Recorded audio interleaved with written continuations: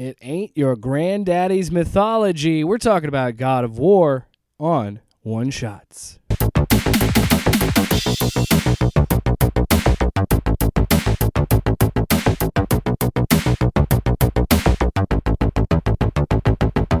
Hey everybody, it's Jake here on the first episode of One Shots. Now, One Shots, it's going to be a little ambiguous. So it's essentially just special episodes where outside of maybe a retrospective or a review, we can really gush about a certain property, whether it be, well, think of it as an extended version of the long box. It's pretty much what One Shots is. Sometimes Tyler and I will be doing it together. Sometimes, like right now, I'll be doing it solo. Tyler will be doing it solo as well. So it's just a little extra content for you. And I thought, with God of War Ragnarok coming out, why not talk about, I would say, probably my favorite video game series, if not up there in top 5.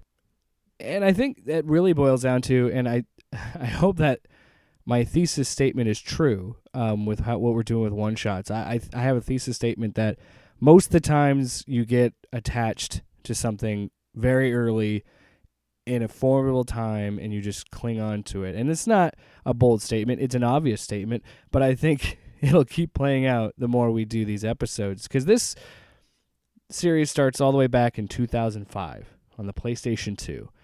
And I remember it vaguely before it came out. I remember seeing some stuff on TV occasionally. But I really didn't. I mean, I was casually into video games. I mean, we didn't have. I grew up in a pretty modest household, and video games, which are $70 now in some cases, were around like $50 at the time, which is still a lot for a kid to ask for, especially if the game is, going to be M-rated, where your parent is like, I don't think I'm going to buy that for you. That happened a few times. Although I did sneak into my, because at the time I think my brother and I shared a room, and he got it for Christmas, and he was of an older age to get it. He was like 16, maybe 17. And so I played it a few times. And then I got the cheat codes. And then eventually my parents just gave up. They're like, he's a lost cause. So that's really the only game. Yeah, Grand Theft Auto San Andreas is like the only game that I really played religiously outside of sports games. Because my dad and I used to play the football games all the time.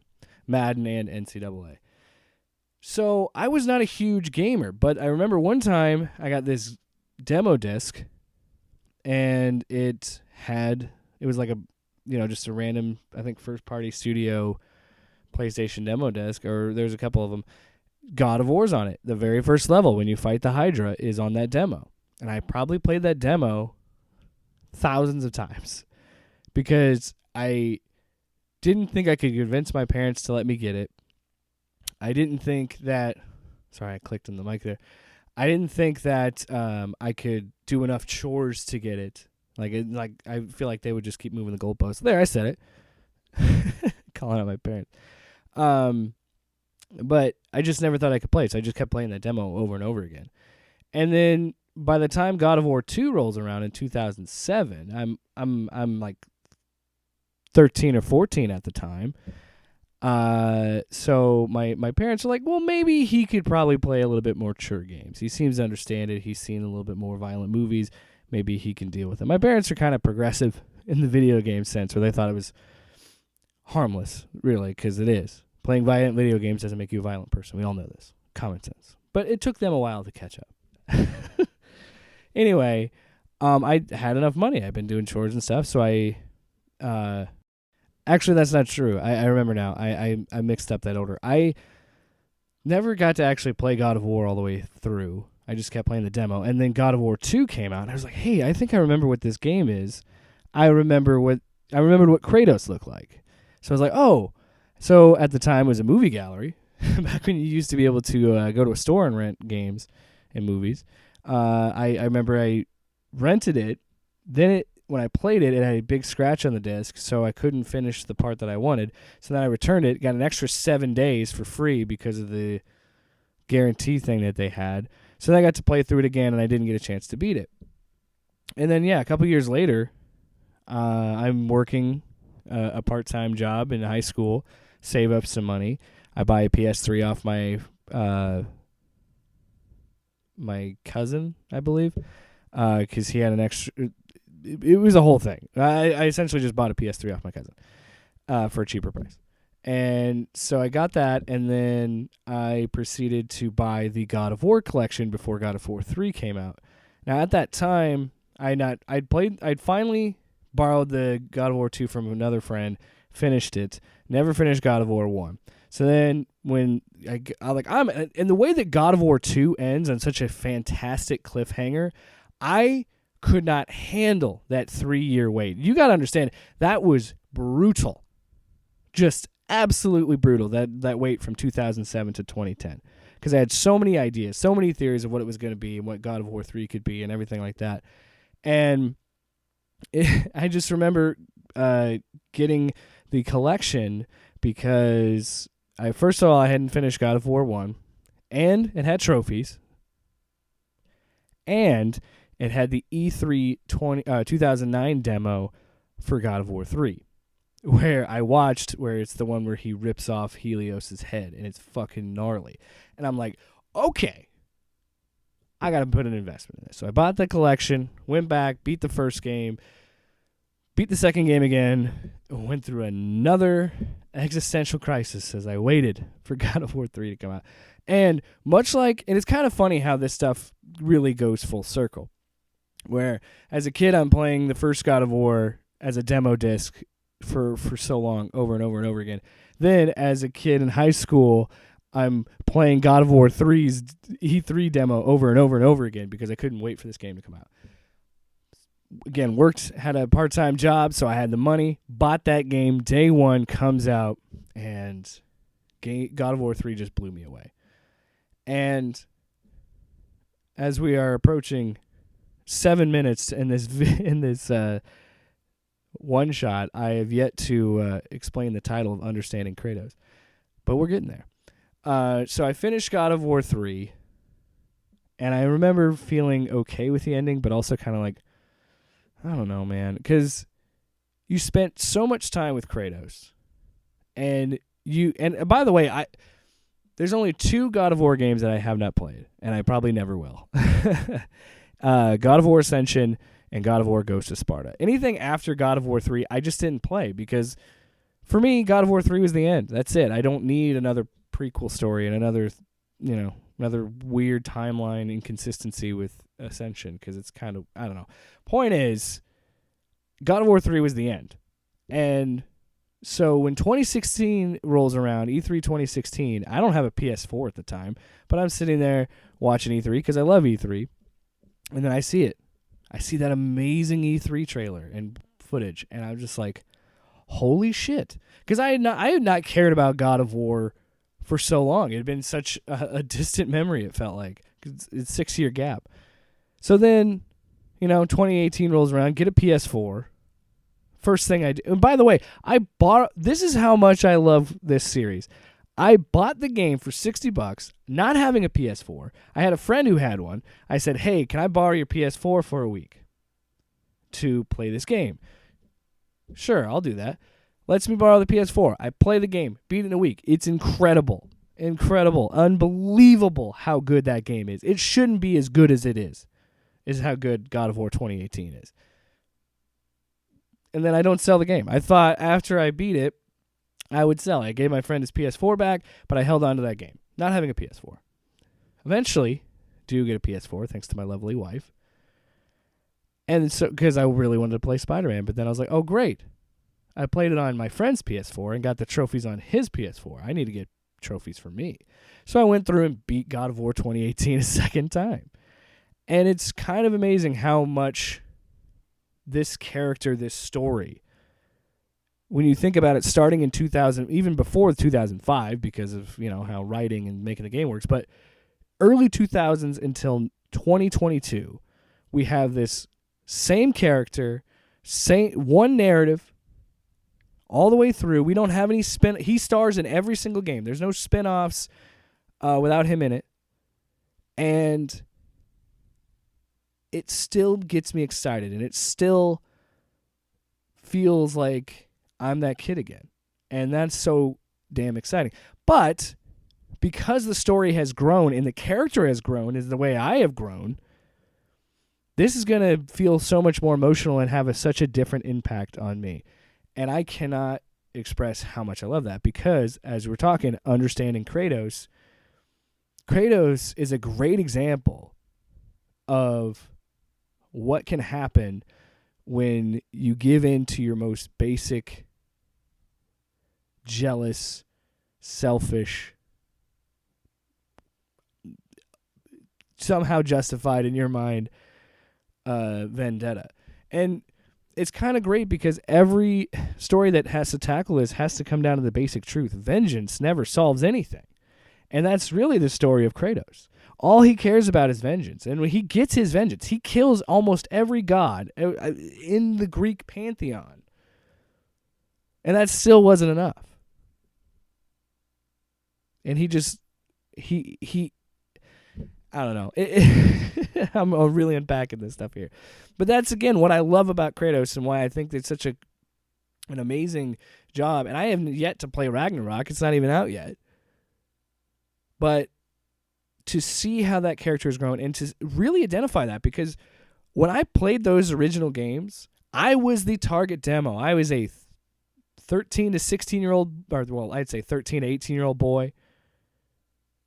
You got blood and gore and sometimes boobs. I'm going to play it. It's just what it is. And to have that games and still have those games and understand that those probably aren't for me anymore, because that's just not who I am anymore. You could argue that. I went back and I've played God of War and God of War 2 and God of War 3 recently. I think they're all pretty fun and hold up. And I think Kratos being more brutal and angry and mean really benefits the new stories and would benefits the Norse duology, because you could, I'm not saying everybody's like Kratos, obviously, but I'm saying you could say that you could level with him in a way if you understand where he's coming from. Every person he loves dies. Every person, his brother he loved dies, kills his family, his wife, his daughter. He gets a chance at a new life. His wife dies again. He has to raise this son by himself, who he's been absent from because he's afraid. And it's like, and I know they made a joke of it kind of in the marketing for Ragnarok, but it's true. That is such a believable, understanding story. And I really loved the game when I played it in 2018. I went back and played it this year. Being a parent, it's cliche, but it's true. This game makes so much sense because there is that anxiety. That is that fear of, I don't want to cause this person pain.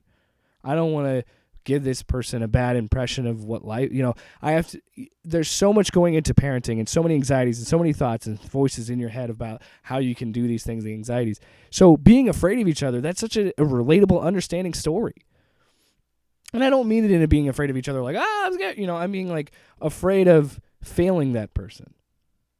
And that's what this story is all about, because all Kratos has done is failed himself because he refuses to forgive himself for what he did.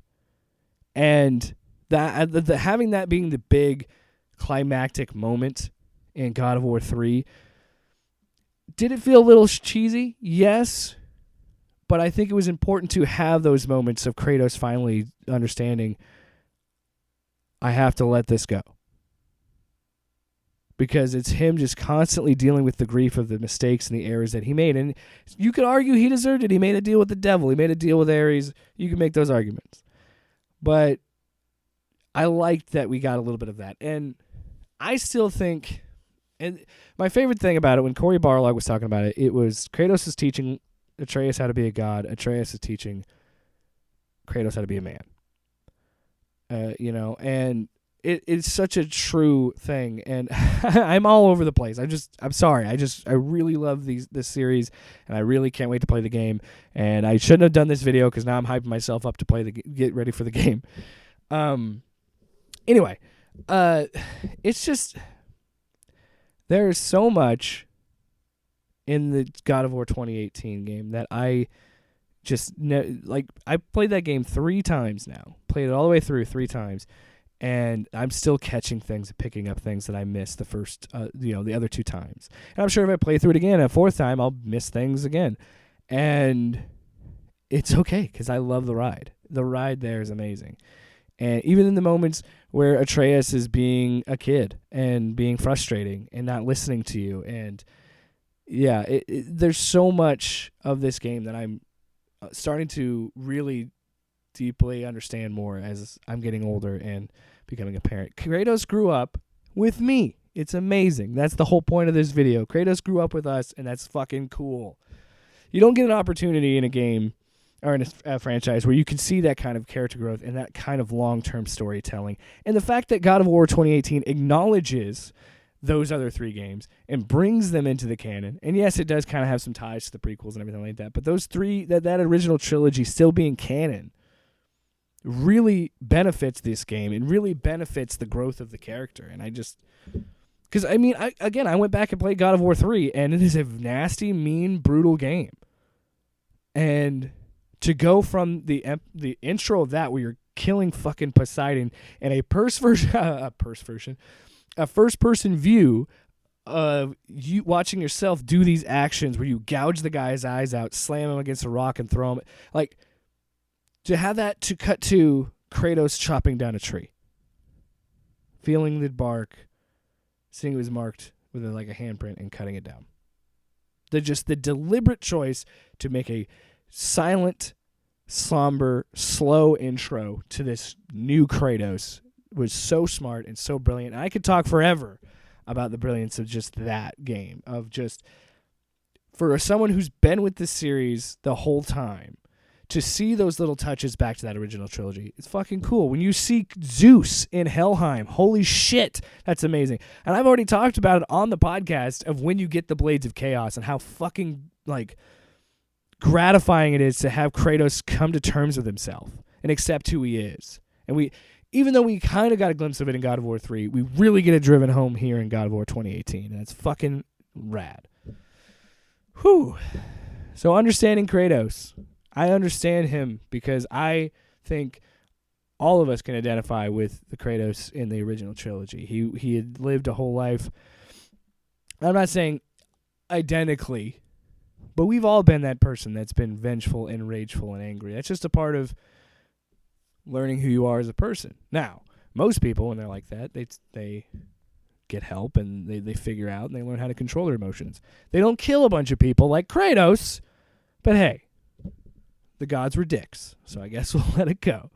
And then to see where we are now, where we are happy and healthy and we understand our emotions and we're functioning adults in society. It just takes time. It just, most people it takes from their 20s to their 30s, where Kratos takes a couple thousand years to grow up. It's all right. It's fine. It's fine. We still love him. I can't wait for God of War Ragnarok. I will also have a video up on that at some point. I'm not going to tell you when because I don't know when I'll finish that game, but I would love to talk about it on the show. So, yeah, look out for the God of War Ragnarok review. Whenever I get it finished, as you know, I've got other responsibilities. I got work. I got a family. So I can't, put it up as a normal video game journalist because I'm not. So I'll just get it up when it gets up. You understand, right? I'm sorry. This has been an episode of One Shots. If you want to play any of the games that I recommended, I will have some links in the description of where you can pick them up. PlayStation Plus, that's where you can pretty much get them. But I'll leave a link down there so you can play those games, because you should. And, yeah. Bop, bop. I don't know if that should be the sign-off. Off panel, off topic with Jake and Tyler.